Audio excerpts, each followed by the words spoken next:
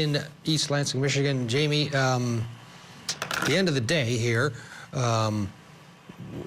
let's say the relationship started earlier than he was hired, like 2 weeks before, maybe. Just throw it out there.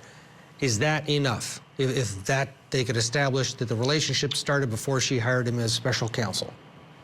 Is that enough for disqualification, Ted? Yeah. Is that the question? Yes. You know, I think there's multiple considerations that are going to have to be considered by this court. This court has already indicated that, you know, they're not opposed to a disqualification based on what's been alleged in pleadings. To answer your question, in my opinion, you know, there needs to be more of a showing than a relationship existed to them prior to their relationship or even subsequent to the relationship, for that matter.